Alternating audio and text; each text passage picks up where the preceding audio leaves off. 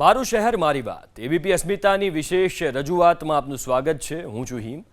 આજે વાત કરીએ અમરેલીની ધારી નગરપાલિકાની, જ્યાં આગામી સ્થાનિક સ્વરાજ્યની ચૂંટણીને લઈને નાગરિકોની શું આશા અપેક્ષા છે, આવો સાંભળીએ। એબીપી અસ્મિતાનો આ વિશેષ કાર્યક્રમ મારું શહેર મારી વાત। આજે વાત કરશું અમરેલી જિલ્લાના ધારી નગરપાલિકા વિસ્તારની, કે જ્યાં ગ્રામ પંચાયત હતી અને નગરપાલિકાનો દરજ્જો મળ્યો છે। ત્યારે ધારી શહેરના લોકો આપણી સાથે છે, ત્યારે તેમની સાથે વાત કરશું। ગ્રામ પંચાયત હતી અને નગરપાલિકાનો દરજ્જો મળ્યો છે। હવે ધારી શહેરના જનતા કેવી આશા અને અપેક્ષા રાખે છે, વાત કરો। હું નવીનભાઈ જસાણી બોલું છું। ધારી ગ્રામ પંચાયત હતી ત્યારે પૂરતો ગ્રાન્ટ ન આવવાથી વિકાસ કરવો હોય ગ્રામ પંચાયતને, પરંતુ પૂરતી ગ્રાન્ટ ન હોવાના હિસાબે ગામનો વિકાસ થઈ શકતો નહીં, અને હાલમાં ગ્રામ પંચાયતમાંથી નગરપાલિકામાં પરિવર્તન થઈ છે અને છેલ્લા 1.5 વર્ષથી અત્યારે વહીવટદારો કામ ચલાવે છે।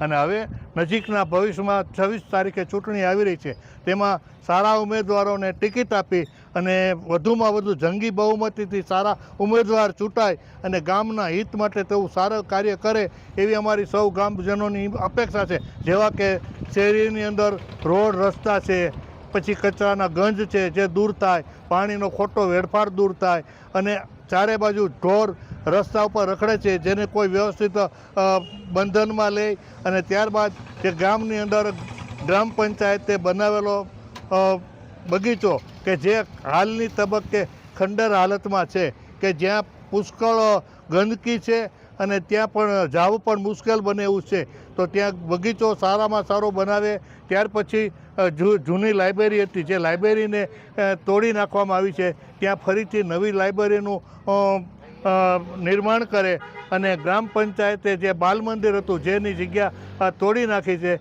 ત્યાં નવું બાલ મંદિર બનાવી અને ગામના વિકાસમાં વધુ ને વધુ આવનારા ઉમેદવારો ગામની પ્રગતિ કઈ રીતે થાય અને ગામનું હિત કઈ રીતે જળવાય એવું કરે એવી અમારી નમ્ર અપીલ છે ગામ લોકોને અને સભ્યોને। ત્યારે લોકોની અપેક્ષા છે, અનેક વિકાસના કામોની જરૂરિયાત છે। આપ શું કહેશો, ધારી શહેરમાં કેવો છે વિકાસ, કેવી સમસ્યાઓ? હું વાઘાપરામાંથી અરુણભાઈ પાટડિયા બોલું છું। અમારા વાઘાપરામાં કોળી સમાજનું બહુ મોટું પરવું છે, પણ અમારા પરામાં કોઈ પણ જાતનું કોઈ ધ્યાન દેતું નથી। અમારી રજૂઆત એવી છે, ગટરની સમસ્યા છે, ઘણી જાતની સમસ્યા છે। 2 મહિના પહેલાં પાણીનું ત્યાં લખાવેલું છે પંચાયતે, તો એ પંચાયતવાળા હજી નળનું કંઈ કરી ગયા નથી। ગટરની સમસ્યા છે, અમારા વાઘાપરામાં એક ધ્યાન નથી દેતા। ગ્રામ પંચાયત 8 દિવસ સુધી હતી ત્યારે લોકોના પ્રશ્નો હલ નથી થયા। આપ શું કહેશો ધારીને લઈને? અત્યાર સુધી ગ્રામ પંચાયત હતી, ગ્રામ પંચાયતમાં જે સભ્યો અને જે છૂટાયેલા હતા એને અત્યાર સુધીમાં ધારીમાં એક પણ કામ નથી કર્યું। માની લો કે રોડ, રસ્તા, ગટર, તમે કોઈ બી સોસાયટી આખા ધારીમાં તમે કોઈ બી એરિયામાં જાઓ, ગટરનો મોટામાં મોટો અત્યારે ભરાઈ જાય છે।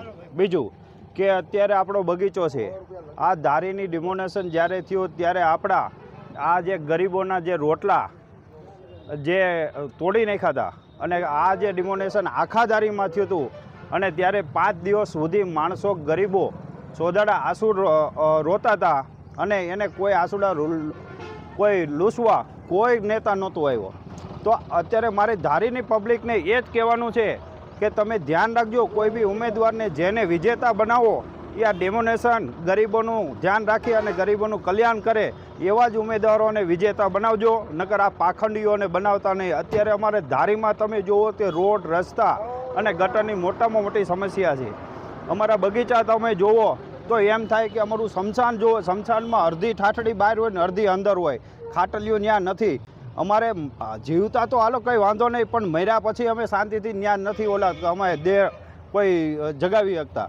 તો આના માટે અમે જે અમારી નવી નગરપાલિકા જે બી કોઈ બી આવે એને અમે કહેવી છીએ કે તમે ઈમાનદારીથી અને તમારા એક ફીર દિલથી અને તમારા છોકરાઓને બાળ બચ્ચાઓ પર આ જે છે એનું ધ્યાન રાખી અને આમ પબ્લિકનું તમે વિકાસ કરવા આવ્યા છો તો આમ પબ્લિકનું વિકાસ કરજો, તમારા ઘર ભરતા નહીં। આ અમારું એક આમ પબ્લિકનું અમારું એક વિચાર અને ધારા છે। ધારી ગીરનું ગામ છે, પાણીની કેવી છે સમસ્યા? પાણીની સમસ્યા વાંધો નથી આવતો, પાણીની સમસ્યા અમારે ડેમ છે એટલે કોઈ પ્રોબ્લેમ નથી આવતો, પણ અમારે મોટામાં મોટી વસ્તુ જે છે ગટર, રોડ, રસ્તા, પછી આ ગાયું રોડ ઉપર ફરે છે એ બધું પ્રોબ્લેમ છે। અમને શાકભાજીનું જે છે શાક માર્કેટિંગનું અને રસ્તાઓનો અમારો બહુ પ્રોબ્લેમ રહે છે. આરોગ્યલક્ષી કેવી? આરોગ્ય તો એમાં એવું છે કે આરોગ્યમાં અમારે તો ભાઈ બહુ ઝાઝા સમયથી આજથી 5 વર્ષ પહેલાં અહીંયા અમારે હોસ્પિટલ હમણાં બન્યું. બહુ ઝાઝા સમયથી કીધું કે ભાઈ હોસ્પિટલ માટેનો હોસ્પિટલની સુવિધા હવે કંઈક સારી થઈ છે, નકર અત્યાર સુધી હતી નહીં. હવે સારી થઈ છે ને હજી પણ સારી થાય એવી અમે ઈચ્છા ધરાવી છીએ. અને અમારી એમ્બ્યુલન્સ નગરપાલિકા પંચાયતમાં ફાયર હતું નહીં. અમારે અહીંયા કોઈ માની લો કે અગ્નિ થઈ હોય, અમારી હમણાં વાન બળી હતી અને ત્યારે તમે જોયું તો અમારે નગરપાલિકાનો ઓલો ટાંકો પાણીનો હતો ને ત્યારે અમારે વાન થઈ હતી. એના માટે અમારે આ તો નાનું એવું બનાવ બન્યો, મોટો બનાવ બન્યો હોય તો એના ફાયર સેફ્ટીની જરૂરી છે, એ બી અસુવિધા ધારીમાં છે. એટલે બધાય નહીં કેવી છે એ સુવિધા જે છે એ બી અમને પૂરી થાય નગરપાલિકા આવે ને એટલે. ત્યારે બીજા એક મિત્ર છે, રોડ રસ્તાની કેવી છે શહેરમાં સ્થિતિ? રોડ રસ્તાની તો હાલમાં સ્થિતિ ગંભીર છે, પરિસ્થિતિ ખરાબ છે. રોડ રસ્તાના બહુ કામ આપણે થયા નથી, પૂરતા કામ નથી થયા. કામ થયા છે પણ ગ્રામ પંચાયતના હિસાબે આજે નગરપાલિકા કન્વર્ટ થઈ છે તો ગામની અંદર પૂરો વિકાસ થાય. આજ અમારે જે મેન બજાર ધારીનું હબ કહેવાય એ હબની અંદર રોજ ગટરના પાણી રોડ ઉપર મેન બજારની અંદરથી માંડી ઠેઠ યોગીજી ચોક જે ગાંધી બ્રિજ કહેવાય ત્યાં સુધી પાણી આવે છે. હજી આજ સુધીમાં પંચાયત એનો કોઈ નિકાલ કરી શકી નથી ગટરનો, અને એના હિસાબે રસ્તા પણ ખરાબ થઈ ગયેલા છે. પબ્લિકને એટલી હાલાકી છે.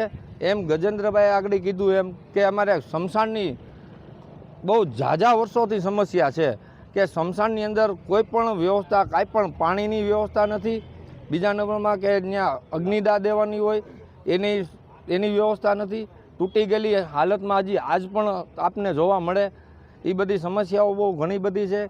દવાખાનામાં આરોગ્યમાં આપણે જોઈએ તો દવાખાનું મોટી ગ્રાન્ટથી બનેલું છે હમણાં, પણ એમાં પૂરતો સ્ટાફ નથી, પૂરતા સાધનો નથી. એ બધા સાધનો પૂરતા આવે, પૂરતો સ્ટાફ આવે, ગરીબ લોકોને આનાથી કોઈ પણ ફાયદો થાય, ગરીબ લોકોને ઇઝીલી બધું પડે એના માટે આથી અમરેલી અત્યારે ધકેલી દે છે, એ ધકેલવા ન પડે એના માટેની અમે બધી અપેક્ષા અમે રાખીએ છીએ. ખાસ કરીને લોકોની ખૂબ અપેક્ષા છે. આપ શું કહેશો? ધારી શહેરમાં પાલિકાનું સુકાન હવે ચૂંટાયેલી બોડી સંભાળશે, કેવા વિકાસ થવા જોઈએ, કેવી ઉણપ છે અહીંયા વિકાસની?